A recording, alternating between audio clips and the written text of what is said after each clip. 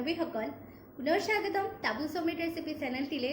আশা কৰোঁ আপোনালোক সকলো ভালে আছে আৰু ময়ো ভালে আছোঁ।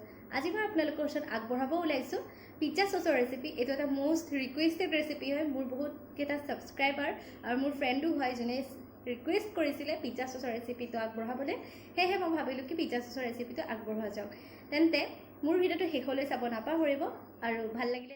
ইয়াতে মই বিলাহী লৈছোঁ, এয়া বাটাৰ লৈছোঁ, চিলি ফ্লেক্স হোমমেড মই বনাই লৈছোঁ ঘৰত, পিঁয়াজ মিহিকৈ কাটি লৈছোঁ, বিলাহী দুটা, শুকান জলকীয়া, নহৰু পেষ্ট লৈছোঁ বা আপোনালোকে নহৰু মিহিকৈ কুটিও ল'ব পাৰে। এতিয়া বিলাহী দুটা মই ক্ৰচিং টাইপত কাটি ল'ম, দেখাই আছোঁ আপোনালোকক। এনেধৰণে আপোনালোকে ক্ৰচিং কৰি কাটি ল'ব আৰু ইয়াৰ ভিতৰৰ যোনটো গুটি সেইটো আঁতৰাই দিব বা নতৰালেও কোনো কথা নাই।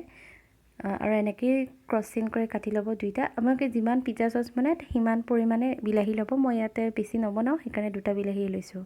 আৰু পানী গৰম কৰি মই সেইখিনি গলিবলৈ দি দিছোঁ। এতিয়া মই ইয়াতে শুকান জলকীয়াৰ যোনটো ভিতৰৰ গুটি সেইটো মই আঁতৰাই দিম, যিহেতু সেইটো আমাক একো কামত নালাগে, কাৰণ এইখিনিও আমি এতিয়া বিলাহীখিনিৰ লগত দি দিম।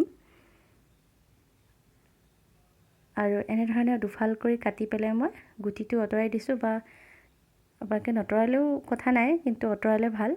এতিয়া এইখিনি গলিবলৈ দিলোঁ আৰু আমাৰ এইখিনি ভালদৰে গলি গ'ল।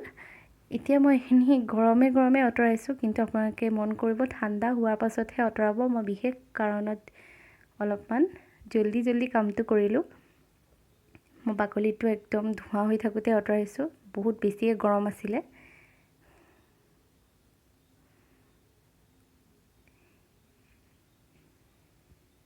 ভালদৰে গোটেইখিনি আঁতৰাই ল'ব। আমি এতিয়া এইখিনি কাটি ল'ম, বা আপোনালোকে নাকাটিলেও কোনো কথা নাই। মই মিহিকৈ অলপমান কাটি লৈছোঁ, তেতিয়া পেষ্টটো বনাওঁতে ভাল হয়, বহুত ভালকৈ লিকুইড হৈ যায়, গ্ৰাইণ্ড হৈ যায়, নহ'বা কেতিয়াবা গোটা থাকি যায়।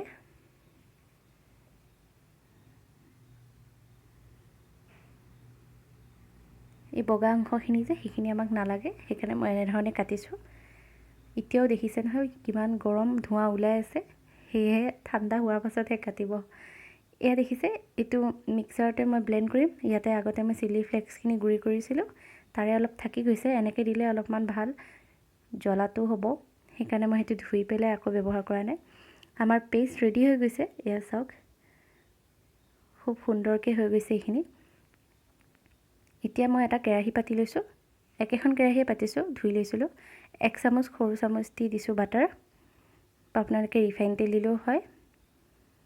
এতিয়া মই ইয়াতে নহৰু পেষ্ট যে আছিলে সেইখিনি দি দিছোঁ, বা আপোনালোকে নহৰু মিহিকৈ কুটিও দিব পাৰে। আৰু মিডিয়াম একদম ল'ত ৰাখিব, মানে ফ্লেমটো ল'ত ৰাখিব। আৰু এতিয়া এইখিনি মই দেখিলে ৰিফাইন তেলো দি দিছোঁ। তাৰপাছত মিহিকৈ কুটি লোৱা পিঁয়াজখিনি দি দিছোঁ আৰু গোটেইখিনি ভালদৰে অলপমান ৰঙচুৱা হোৱাকৈ ভাজিব লাগিব। গেছৰ ফ্লেম ল'তে ৰাখিব। আৰু এতিয়া আমি পেষ্টখিনিও দি দিলোঁ। আপোনালোকে ইয়াতে আৰু এটা বস্তু এড কৰিব পাৰে, টমেটো কেটচাপ বা ৰেড চিলি কেটচাপ যোনটো পায় সেইটো আপোনালোকে এড কৰিব পাৰে, বা নকৰিলেও হয়, যিহেতু মই চিলি ফ্লেক্স শুকান জলকীয়া দিছিলোঁৱেই বিলাহীৰ লগত। আৰু মই ইয়াতে এতিয়া চিলি ফ্লেক্স দি দিছোঁ, হোমমেড চিলি ফ্লেক্স। এইটো বনোৱা একেবাৰে সহজ, খালি শুকান জলকীয়াখিনি অলপমান ৰ'দাই পেলাই বা টাৱাত বা মাইক্ৰ'ৱেভতে অকণমান মুচমুচীয়াকৈ গৰম কৰি সেইখিনি মিক্সিত গুড়া কৰি দিলেই হৈ যায়। এই দেখিছে এইখিনি আমাৰ ধুনীয়াকৈ গোট খাই আহি আছে। আৰু গেছৰ ফ্লেমটো মন কৰিব, ল'তে ৰাখিব। ইয়াতে মই দি দিছোঁ অলপমান চেনি দিলে যোনটো আমাৰ জ্বলা আহিছে ন, সেইটো তাতে মানে যোনটো জ্বলা ভাৱ থাকে সেইটো কমাই দিয়ে।